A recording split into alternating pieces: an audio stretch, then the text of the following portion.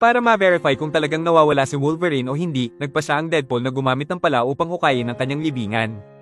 Nang makita ng Deadpool na ang katawan ni Wolverine ay isang tuyong kalansay, malakas ng bulalas. Fuck! Masayang bata, umupo siya sa harap ng kalansay at ipinahayag ang kanyang lihim na nararamdaman. Wolverine, bakit ka pumunta? Kung wala ka, kailangan kong iligtas ang mundo.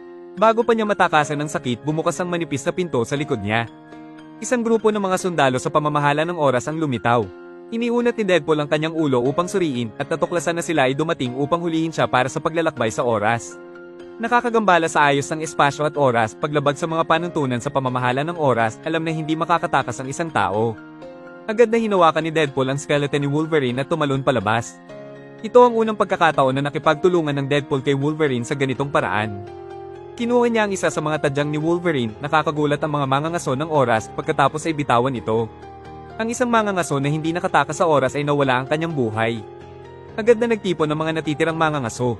Ginagamit ng Deadpool ang mga buto ni Wolverine bilang sandata, magsimula ng isang nakatutuwang labanan. Patuloy na gumagalaw ang mga buto at ulo ni Wolverine sa ilalim ng mga kamay ni Deadpool. Talagang Wolverine, kahit tanga ka, hindi ko akalain na ang kanyang mga buto ay gagamitin ng Deadpool. Habang gumagawa ng isang sexy na sayaw, ginagamit ng Deadpool ang kanyang natitirang mga buto upang direktang saksakin ng mga mangangaso. Sinundan pa niya ito, suot ang mga kuko ni Wolverine sa kanyang mga kamay, gayahin ang kanyang pakikipaglaban. Isang mangangaso ang biglang sumugod ngunit mabilis na pinalayas ang Deadpool. Matapos talunin ang kanyang kalaban, nagulat si Deadpool. Ang boot spike ay na-stuck sa isang hindi maginhawang lugar sa gilid ng kalaban at hindi mabunot. Si Logan ay isang bayani, hindi siya yung tipong sinisiraan ng ganyan. Nang makita ang kanyang kalaban na nakaturo sa kanya, nagalit si Deadpool at sinubukang tanggalin ang mga kuko ni Wolverine. Pagkatapos ay malamig na pinalo ang kalaban na nanlait sa kanya. Pagkatapos makitungo sa lahat ng mga mangangaso, gumagamit ang Deadpool ng time travel machine at patuloy na nag-teleport sa buong universo upang mahanap ang tamang Wolverine. Pumunta si Deadpool sa isang bar at nakipagkita kay Wolverine. Ngunit nagulat siya nang makitang si Wolverine sa universo na ito ay 160 sentimetro lamang ang taas. Halatang hindi ang taong hinahanap niya. Kailangan patuloy na mag-teleport ang Deadpool sa nasusunog na kalye kung saan nakasandal si Wolverine sa pader. Nakikita ang Deadpool, hindi umimik si Wolverine. Layunin ng direkta sa Deadpool at pindutin. Tinamaan ng Deadpool at lumipad sa hangin. Si Wolverine ay tumalon at ginamit ang kanyang bakal na kuko upang laslasin ang Deadpool. Pinipilit ang Deadpool na mag-teleport pasulong. Sa pagkakataong ito, pumunta siya sa casino, kung saan nakaupo sa main table ang isang Wolverine na may isang mata na nakasuot ng puting suit. Ngunit ang hitsura ng Deadpool ay nakaapekto sa swerte ni Wolverine. Inis siya nito at agad na itinapon palabas si Deadpool. Walang magawa ang Deadpool na nagpatuloy sa pag-teleport sa paligid na naghahanap ng angkop na karakter. Pagkatapos nito, nakilala niya si Wolverine na matanda na at nagretiro sa kanyang bayan. Ngunit bago magkaroon ng oras upang magpaliwanag, na-kick out na naman ng Deadpool. Ang Deadpool ay nagsimulang makaramdam ng pagod pagkatapos maglakbay sa napakaraming universo. Sa wakas, dumating siya sa isang lugar kung saan natagpuan niya si Wolverine na nakapako sa isang troso. Maling tao na naman. Dapat sumulong ang Deadpool at sa wakas ay mahanap ang tamang Wolverine. Pero hindi niya inaasahan na itututok sa kanya ni Wolverine ang mga bakal niyang kuko. Tingnan ang sitwasyon ay hindi maganda, lumingon si Deadpool at napansin ang malaking bagay na nakatayo sa likuran niya. Sa susunod na segundo, ang Deadpool ay patuloy na nag-teleport sa kalawakan. At sa wakas ay nakilala si Wolverine na may malalakas na kalamnan. Katulad ng larawan ni Wolverine na gustong hanapin ng Deadpool. Lumingon ka, gulat na sigaw ni Deadpool. Wala akong ideya na umiral ang superhero na si Wolverine. Gayunpaman, ang taong Wolverine na ito ay hindi tinanggap ang Deadpool. At sa isang galaw ay pumupunta siya sa ibang universo. Sa pagkakataong ito, sa wakas ay nakahanap ang Deadpool ng isang normal na Wolverine. Ngunit tila lahat ng tao sa universo ay napupuot kay Wolverine. Sinubukan siyang paalisin ng may-ari ng bar. Ako si Wolverine. Pagpapakilala ni Wolverine. Papalapit na ang Deadpool na nagsasabi ng kanyang intensyon na gusto niyang sumama sa kanya si Wolverine upang iligtas ang universo. Ngunit hindi interesado si Wolverine. Kaya, kailangang pilitin ito ng Deadpool. Ginagawang hindi komportable si Wolverine at lumalabas ang kanyang mga kuko. Gayunpaman, ang mga kuko ay umaabot lamang ng ilang sentimetro. Ginagawang sobrang nakakahiya ang eksena. Ayaw pang magsalita ng Deadpool. Inilabas ang kanyang baril at itinutok sa ulo ni Wolverine. Hindi inaasahan, si Wolverine ay hindi natatakot sa lahat. Nakangiti pa rin ng mayabang, sinabi niya sa Deadpool na maghintay ng ilang sandali. Pagkatapos ay kumuha ng isang bote ng alak sa mesa at sabay-sabay na ininom ang lahat. Gayunpaman, makalipas ang isang segundo, lasing na lasing siya. Kaya piggyback ang Deadpool ang isang lasing na Wolverine upang makabalik sa pamamahala ng oras. Sana siya ay maging isang pangunahing karakter upang iligtas ang isang namamatay na universo. Hindi inaasahan, tumanggi si Paradox dahil hindi mapagkakatiwalaan ng Wolverine na ito. Sa katunayan, ito ang pinakamasamang Wolverine sa buong universo. Naalala rin ng Paradox ang insidente kung saan ginamit ni Deadpool ang mga buto ni Wolverine para patayin ang kanyang mga tauhan. Kahit anong mangyari, ang universo ng Deadpool ay hindi pa rin makatakas sa kapalaran ng pagkalipol. Galit, hinihiling ng Deadpool na umakyat sa itaas upang malaman kung paano gumagana ang Paradox. Bago pa siya matapos magsalita, dinala siya sa The Elephant ng Paradox. Alamang hindi matatag na sitwasyon, pumasok din si Wolverine at nakaranas ng katulad na kapalaran. Pagkatapos, parehong dinala sa The Elephant. Natulala si Deadpool sa lupa at sinabihan si Wolverine na hilahin siya pataas. Ngunit sa hindi inaasahan, iniunat ni Wolverine ang kanyang mga bakal na kuko at direktang sinaksak sa dibdib ni Deadpool. Itaas siya sa ere at itanong kung nasaan ito. Ang Deadpool ay nalilito, ngunit tumingin siya sa nakapalibot na tanawin na parang lokasyon ng pagsasapelikula ng Mad Max. Upang patahimikin ng Deadpool, gumagamit si Wolverine ng trick sa pagpili ng pitch. Sinabi ni Deadpool kung hindi siya babalik at mahanap ang bastard Paradox na yon, tapos lahat ng kakilala mo masisira. Gayunpaman, malamig na sagot ni Wolverine, "It's none of my business." Sasabihin mo ba yan kapag naging alikabok na ang mundo mo? Sabihin mo ulit, narinig ko na ang mga chismis. Sinira mo ang lahat. Dapat mong pasalamatan ako sa pagtulong sa iyo na makaalis sa tambak na basura. Nang hindi pinansin ni Deadpool, biglang umatake si Wolverine mula sa likod. Ang Deadpool ay tumangging sumuko, itinulak si Wolverine sa lupa at naglabas ng baril at binaril ito sa baywang. Kalmado ka na ba ngayon? Hindi napigilan ni Wolverine na hilahin ng Deadpool sa isang tabi. Tumayo ang dalawa at muling nagkaharap.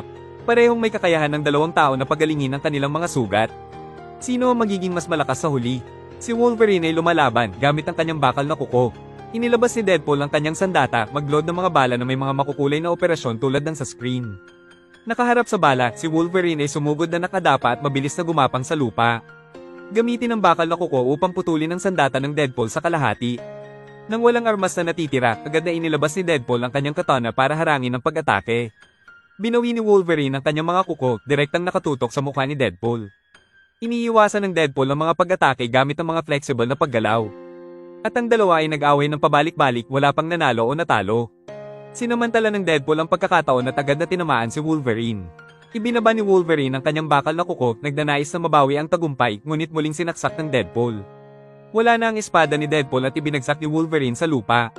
Gayunpaman, mabilis niyang inilabas ang punyal na nakatago sa kanyang paanan at sinaksak sa kamay si Wolverine. Binasag muli ni Wolverine ang ulo ni Deadpool sa lupa. Walang armas, ang Deadpool ay nagiging isda na dapat harapin ni Wolverine. Nang malapit nang umatake si Wolverine, agad namang sumuko si Deadpool. Maaari daw siyang gumamit ng time travel machine para itama ang mga pagkakamali ni Wolverine noong nakaraan. Hanggat pareho silang bumalik sa nakaraan, kaya nilang baguhin ang lahat. Pagkarinig noon, huminahon si Wolverine at pumayag na pansamantalang patawarin si Deadpool. Noong panahong iyon, isang lalaking nakasuot ng itim na nakatayong matangkad, pagpapayo sa dalawa na itigil ang digmaang sibil dahil hindi ngayon ang panahon. Nagulat silang dalawa dahil hindi nila nakilala ang tao. Itinuro ng lalaking nakaitim ang paparating na makapangyarihang hukbo. Kaya, agad siyang tumalon pababa. Ang paghahayag ng kanyang tunay na mukha ay si Captain America. Hayaan akong maghanda para pamunuan ng Deadpool at Wolverine. Habang sumusulong ang isang serye ng mga na-upgrade na tangke patungo sa kanila, sinabi ng kapitan sa dalawa na tumayo malapit sa kanya, huwag masyadong lumayo sa sasakyan. Dumagundong ang apoy. Ang kapitan ay lumilipad sa langit na condense sa isang fireball at itinapon ito pababa. Hindi inaasahan, madaling sinisipsip ni Pyro ang lahat ng apoy ng kapitan. Tanggalin ito at ang kapitan ay dumiretso sa billboard sa itaas. Fuck! Nakita ni na Deadpool at Wolverine ang sitwasyong ito at agad na lumayo, nagkunwari siyang hindi niya kilala. Sa ngayon, nakatayo sa malapit si Sabretooth, parang kilala niya si Wolverine. Bumaba siya ng sasakyan at humarap sa kanilang dalawa. Nang magkaaway na ang magkabilang panig, lumabas ang Deadpool. Gamitin ang iyong mga kamay upang ihinto at hilahin ang espada mula sa katawan ni Wolverine. Si Wolverine ay lumalaban, naghahanda. Pagkatapos umungal si Sabretooth, sumugod ang dalawa sa isa't isa. Si Wolverine ay nananatiling hindi nasaktan. Ngunit ibinuka ni Sabretooth ang kanyang bibig at hindi makagalaw. Habang ang Deadpool ay nalilito pa rin, biglang bumagsak ang ulo ni Sabretooth sa lupa. Natapos ang laban sa unanimous victory ni Wolverine. Sino pa ba? Nakita ito ni Pyro at agad na inutusan ng mga sundalo na buhayin ang katawan. Isang higanteng robotic arm ang lumitaw. Sipsipin ng Deadpool at Wolverine sa isang ulam, hiwa-hiwain sa isang hawla na bakal. Sinabi sa kanila ng Captain America na ito ang The Void, kung saan pinipigilan ng Time Management Bureau ang mga sinungaling mula sa multiverse. At kung saan wawasak silang lahat ng halimaw ng kawalan na si Alios. Di nagtagal, bumalik ang convoy sa base ni Cassander. Nang buksan ng matabang lalaki ang switch ng pinto, binuksan ng malaking katawan ng langgam ang kanyang mga braso. Sunod-sunod na huminto ang convoy. Napagtanto ng Deadpool at Wolverine na ang mga kontrabida dito ay lahat ng mga bersyon ng X-Men. Ngunit lahat ng mga ito ay mga buggy na bersyon. Bumukas ang higanteng ulo ng langgam. Pareho silang iginuhit ni Juggernaut, babala sa kanila na tumahimik dahil malapit na mahulog sa sahig ang kanilang amo. Bumaba ng hagdan ng isang babaeng may matangos na ulo. Kambal na kapatid ni Jack Xavier. Muntik na niyang patayin ang kanyang nakababatang kapatid gamit ang umbilical cord nung pareho pa silang nasa sinapupunan. Nang makitang napakalupit na kanyang kalaban, agad namang sumuko sina Deadpool at Wolverine. Ngumiti si Cassander, hawakan mo sila saglit. Pinitik niya ang kanyang mga daliri, nagiging sanhi ng pagkahulog ng lubad sa lupa. Pagkatapos ay lumingon si Cassander patungo sa Captain America. Ang sabi dahil masyadong mataas ang sweldo, kailangan niyang ma-promote ASAP. Hindi nagatubili ang kapitan at agad na sinumpa si Cassander. Pinapalala ang sitwasyon.